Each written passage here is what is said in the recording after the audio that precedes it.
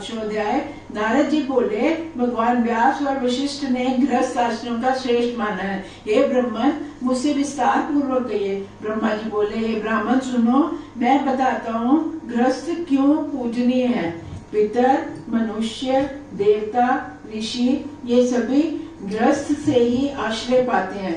जिस प्रकार गंगा आदि नदियां समुद्र में जाकर स्थित होती हैं, उसी प्रकार सभी लोग गृहस्थ आश्रम का आश्रय प्राप्त करते हैं। जिस प्रकार सभी जीव अपनी माता के आश्रय से जीवित रहते हैं, उसी प्रकार सभी आश्रम गृहस्थ का ही आश्रय लेते हैं। ब्रह्मचारी, यति, विद्यार्थी, गुरु पूजक, यात्री, शील वृत्ति अर्थात भिक्षुक, ये 6 प्रकार के भिक्षुक कहे गए हैं, जो कि गृहस्थ आश्रम के सहारे अपना जीवन जीवित रहते हैं। यति के हाथ पहले जल दे, फिर भोजन दे, उपरांत पुनः जल दे, तो वह अन्न सुमेर पर्वत के समान और जल समुद्र के समान होता है।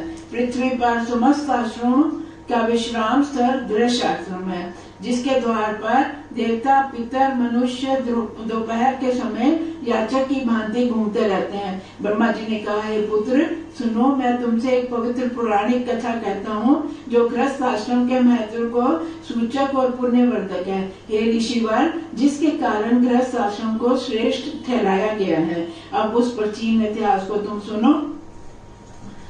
मैं कहता हूँ, हे मुनि, राजा और ब्राह्मण के बीच में हुए विवाद को सुनो। राजा उत्तानपाद का उत्तम नामक एक पुत्र था। वह सुरुचि का पुत्र, महाबली, पराक्रमी तथा शत्रु मित्र पुत्र एवं स्त्री को सम दृष्टि से देखने वाला धर्मज्ञ था। हे महामुनि, वह दुष्टों के लिए अति दुष्ट, सज्जनों के लिए अति सज्जन था। उसने बहुला नाम की स्त्री से विवाह किया था। उत्तानपाद का वह पुत्र तथा उसकी पत्नी इंद्र और इंद्राणी की भांति सुखपूर्वक रहते थे तथा परस्पर अत्यंत प्रेम करते थे। जिस प्रकार चंद्रमा रोहिणी को प्यार करते हैं, उसी प्रकार वे भी एक दूसरे को स्नेह करते थे। राजा ने अपनी सुंदरी पत्नी की आंखों में अपनी आंखें, हृदय में हृदय, शरीर में शरीर लगा रखा था। एक बार उत्तम मद्यपान कर रहा था, उसी समय वैश्याओं को गाते हुए देखकर वह अपनी पत्नी को भी मद्य का पात्र आदर पूर्वक देने लगा। उस समय वरांगनाएं मधुर स्वरों में गीत गा रही थी और उत्तम उसके मुंह को की ओर देख रहा था। जब रानी ने उस मध्य पात्र की ओर से वैश्याओं के सामने से अपना मुंह फेर लिया, तब राजा अत्यंत क्रुद्ध हो गया। राजा ने उसको मद्यपान कर दिया और उसने मुंह फेर लिया, तो राजा को गुस्सा आ गया। उसने द्वारपाल से पूछा, ये आज्ञा दी कि दुष्ट हृदय को वन में ले जाकर छोड़ो, मेरी इस आज्ञा का पालन करो। तदंतर राजा के वचनों पर कोई विचार किए बिना वह द्वारपाल रोती हुई रानी को रथ में बिठाकर घोर जंगल में छोड़ आया। परंतु इस घटना के बाद राजा ने उस रानी की चिंता में व्याकुल हो गया और उसने दूसरा विवाह भी नहीं किया। वह अपनी सुंदरी रानी की दिन रात याद करता हुआ अपने राज्य तथा प्रजा को धर्म पूर्वक पालन करने लगा। एक दिन उस प्रजा पालक राजा के समक्ष एक ब्राह्मण ने आकर अपना दुख कहना आरंभ किया। ब्राह्मण बोला, हे राजन, मैं बहुत दुखी हूँ, मेरा कष्ट सुनिए। कोई व्यक्ति मेरी स्त्री को ले गया है, आप उसे वापस ला दीजिए। राजा ने कहा, हे ब्राह्मण, तुम्हारी पत्नी कौन है? कौन हर के ले गया? वे कहाँ है? उसे मैं कहाँ ढूंढूं और कहाँ से लाऊं? ब्राह्मण बोला, हे राजन, द्वार बंद करके घर में सोते समय मेरी स्त्री को कौन हर के ले गया, ये मैं नहीं जानता। हे राजन, आप प्रजा की आय का छठा भाग लेते हैं, अतः उसके रक्षक भी हैं। इसी कारण सब लोग रात्रि में निश्चिंत होकर सोते हैं। राजा ने कहा, मैंने कभी आपकी स्त्री को देखा ही नहीं है और ना मैं ये जानता हूँ कि वह ब्राह्मणी की आयु किस स्वभाव की है। ब्राह्मण ने कहा, मेरी कल्याणी कठोर वचन बोलने वाली, बहुत लंबी, छोटे हाथ, पतले मुंह वाली, लंबे दांतों वाली और देखने में बड़ी विकराल है। वह घने केशों वाली और गहरे काले रंग की थी। हे राजन, मेरे पास आए हुए उसे थोड़ा समय ही हुआ था। अपनी ऐसी पत्नी की भी मैंने कभी निंदा नहीं की। राजा बोले, हे ब्राह्मण, ऐसी स्त्री को रखकर तुम क्या पाओगे? हम तुम्हें एक नई अच्छी पत्नी देंगे। अच्छी स्त्री कल्याण करती है और तुम्हारे जैसी स्त्री तो दुखी देती है। जो रूप और शील रहित है उसे त्याग देना ही चाहिए। ब्राह्मण बोला, ये राजन, ब्राह्मण, ये राजन, वेद में कहा है कि स्त्री की रक्षा करनी चाहिए, क्योंकि जिस स्त्री से आत्मा रूपी पुत्र का जन्म होता है उसकी रक्षा करने से आत्मा की रक्षा होती है। यदि उसकी रक्षा नहीं की जाए तो संतान वर्ण शंकर हो जाती है। वर्ण शंकर पुत्र अपने पूर्वजों को भी स्वर्ग से गिरा देता है। स्त्री के बिना धर्म और दैनिक धर्म की हानि होती है, जिसके कारण हमारा नाश होता है। जो लोग ऋतु काल के समय अज्ञानवश अपनी पत्नी का सहवास नहीं करते, उसके पितर 1 मास तक उसी स्त्री के राज्य में निवास करते हैं। जो लोग वैश्यगामी होते हैं तथा उसकी श्वास को ग्रहण करते हुए पुत्र उत्पत्ति करते हैं, वे कभी भी कल्याण को प्राप्त नहीं होते। हे प्रभु, परंतु मेरी स्त्री तो चुरा के ले गई है। ब्राह्मण ने इस वचनों को सुनकर राजा ने विचार किया। तदुपरांत वह सभी उपकरणों से युक्त होकर रथ में जा बैठा। एक दिन वह राजा ब्राह्मण के साथ लेकर पृथ्वी पर भ्रमण करता हुआ एक वन में एक तपस्वी के उत्तम आश्रम में पहुंचा। वहां उसने रथ से उतरकर एक ऐसे मुनि को देखा जो कुशासन पर विराजमान थे और अपने तेज से तप रहे थे। मुनि ने राजा को देखा, परंतु उसने राजा को कोई आदर नहीं दिया। ऋषि बोले, तुम यहाँ किस लिए आए हो? क्या ढूंढ रहे हो? हे नृप, तुम उतानपाद के पुत्र हो, ये मैं बात जानता हूँ। राजा ने कहा, हे मुनि, किसी ने इस ब्राह्मण की पत्नी को घर से चुरा लिया है। उसे ढूंढने के लिए हम यहाँ आए हैं। हम आपसे पूछते हैं, कृपा बताइए, हमारे यहाँ उपस्थित होने पर भी आपने हमको अर्घ क्यों नहीं दिया? वे हम आए राजा आपके घर द्वार पर, तो आपने हमको अर्घ मतलब पानी तक नहीं पूछा। ऋषि बोले, हे राजन, आप सत्य कहते हैं। आप बड़े कुशल कुल में उत्पन्न हुए हैं और अर्घ के योग्य भी हैं, परंतु फिर भी हम आपको अर्घ देने योग्य नहीं मानते, क्योंकि आपने अपनी विवाहिता पत्नी को त्याग कर महावन में छुड़वाया है। अतः आपका धर्म भी समाप्त हो गया है। एक पक्ष तक स्त्री के न रहने पर कर्म की हानि होती है, इसमें संदेह नहीं, परंतु जिसके नित्य कर्मों की हानि हुए 1 वर्ष बीत गया हो, उसके लिए क्या कहा जाए?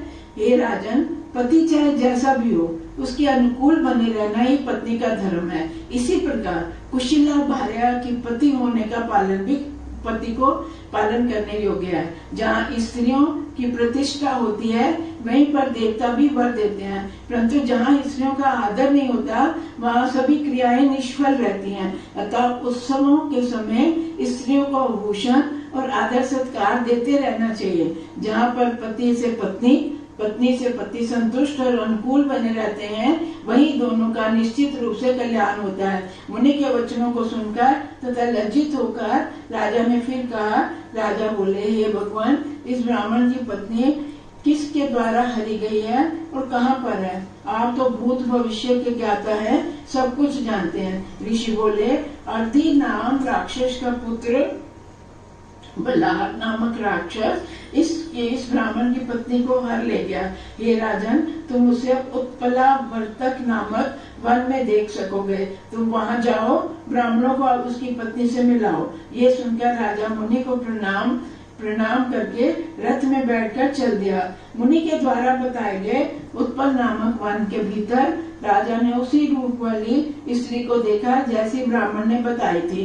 विलप फलों को खाते हुए वह उस स्त्री को देखकर राजा ने कहा, हे शाले, तुम इस वन में क्यों आई हो? तुम सच सच बताओ, क्योंकि तुम धर्म से तो ब्राह्मण की विवाहिता पत्नी हो। ब्राह्मणी बोली, मैं बिनवासी अतिरात्रि नामक राक्षस की ब्राह्मण की पुत्री हूँ, तथा जिसका तुमने नाम लिया है उसी विशाल के पुत्र की पत्नी हूँ। मैं बलाक नामक दुष्ट राक्षस द्वारा चुरा कर यहाँ लाई गई हूँ। इस समय मैं माता और भाई के शून्य मकान में सो रही हूँ। जिस राक्षस ने मुझे अपनी माँ और भाई से अलग किया था, उसका नाश हो। मैं यहाँ बड़े दुख में रह रही हूँ। ये राजन, वह राक्षस मुझे इस मन में ले तो आया है, परंतु मेरे साथ ना तो रमण करता है और इसका कारण भी नहीं समझ में आता कि वो मेरे को क्यों चुरा के लाया। ये सुनकर राजा ने उस ब्राह्मणी से पूछा। राजा बोला, हे ब्राह्मणी, ये बताओ कि ये राक्षस तुम्हें यहाँ छोड़कर कहाँ चला गया है। ब्राह्मणी बोली, हे ब्राह्मणी, मुझे तुम्हारे पति ने तुम्हें लिवा लाने के लिए भेजा है। ब्राह्मणी बोली, वह राक्षस इसी वन के भीतर रहता है, आप उसे जाकर देख लीजिए। तब राजा उस वन में घुसा। जैसे ही राक्षस की दृष्टि राजा पर पड़ी, वैसे ही वह आकर राजा के पांव में लौट गया। राक्षस बोला, हे पुरुष श्रेष्ठ, मैं आपका सेवक हूँ और आप मेरे स्वामी हैं, कृपया बताइए मैं क्या करूँ। राजा ने कहा, हे राक्षस, तुम ब्राह्मण की पत्नी को क्यों हर ले आए हो? जिसे तुमने हरण किया वह तो रूप और शील से रहित है। यदि तुम उसे खाने के लिए लाए हो तो मुझे बताओ।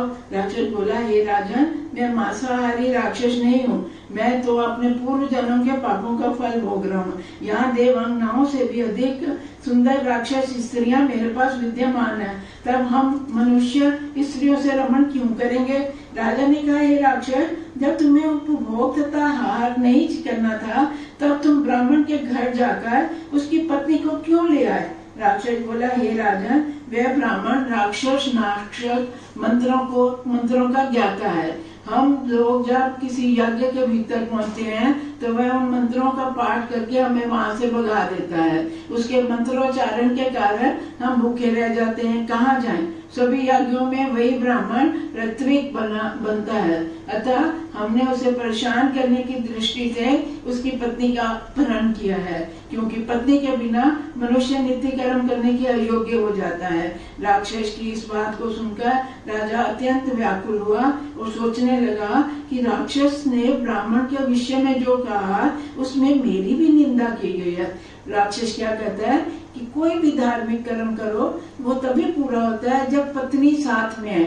जैसे राम जी ने भी यज्ञ किया तो सोने की सीता को साथ में बिठाया, तो कोई भी जो नित्य सत्य कर्म करो, जब गृहस्थ कोई करता है तो उसमें पत्नी को साथ होना जरूरी है। जब वो राजा को बताता है कि ब्राह्मण को इसकी स्त्री को तब ले आए कि ब्राह्मण मंत्र पढ़ ही नहीं सकेगा, कि जो हमको निशाचरों को मारने के उसको मंत्र आते हैं, तो ब्राह्मण की स्त्री को इसलिए उठा लिया कि वो नित्य कर्म कर ही नहीं सके। तो राजा सोचता है जो इसने ब्राह्मण के लिए कहा उसमें तो मेरी भी निंदा की गई है। मुनि श्रेष्ठ ने भी इसी कारण मुझे अर्थ देने योग्य नहीं समझा। इस प्रकार जब वह सोच रहा था उस समय राक्षस ने विनम्र होकर दोनों हाथ जोड़ते हुए कहा, हे राजन, आप मेरे ऊपर प्रसन्न हो। राजा बोला, हे राक्षस, तुम ब्राह्मण की स्त्री को उसके घर पहुंचा दो, फिर जब हम तुम्हें याद करें तब तुम हमारे पास आना। ये सुनकर वह राक्षस ब्राह्मणी को लेकर चला गया और उसे उसके पति के घर छोड़ आया। जब दुशीला को अपने घर में भिजवाकर राजा सोचने लगा, ऐसा कौन सा शुभ कर्म किया जाए जिससे मैं अर्थ प्राप्त होने लगे। ब्राह्मण की विकलता तथा राक्षस के शब्दों को याद करके राजा सोचने लगा कि मैंने अपनी पत्नी का परित्याग किया है, अतः वह मुझे क्या करना चाहिए। अब मुझे उन्हीं ज्ञानी मुनि श्रेष्ठ के पास चलकर पूछना चाहिए। ये कहकर राजा रथ में बैठकर वहीं पर जा पहुंचा। जब वह धर्मात्मा त्रिकाल्य महामुनि रहते थे, राजा ने रथ से उतरकर मुनि को प्रणाम किया, फिर उसे राक्षस से भेंट, ब्राह्मणी के दर्शन और उस दुशीला को पति गृह भिजवाने की सब बातें ज्यों की त्यों कहकर सुनाई। तब ऋषि बोले, हे राजन, तुमने जो कुछ किया उससे मैं परिचित हूँ। अब तुम्हारे लिए जो कर्तव्य है उसे ध्यान पूर्वक सुनो। मनुष्य के लिए पत्नी ही धर्म अर्थ काम देने वाली है। उसे छोड़ देने पर अपना धर्म ही छूट जाता है। पत्नी ही मनुष्य इस लोक और परलोक में दुख पाता है। जिस प्रकार स्त्रियों के लिए पति त्यागने योग्य नहीं है, उसी प्रकार पति के लिए भी स्त्री त्याज्य नहीं है।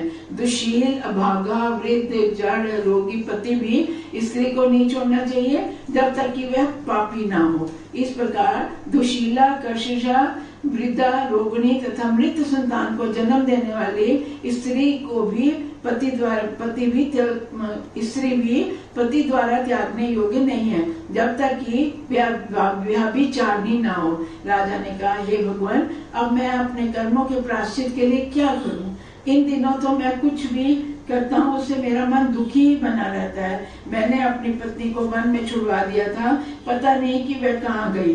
वन में उसे किसी सिंह, व्याघ्र, निशाचर ने तो नहीं खा लिया? ऋषि बोले, हे राजन, उसे किसी सिंह, व्याघ्र, राक्षस ने नहीं खाया। वह पताल में रह रही है तथा अभी तक प्रतिव्रता ही है।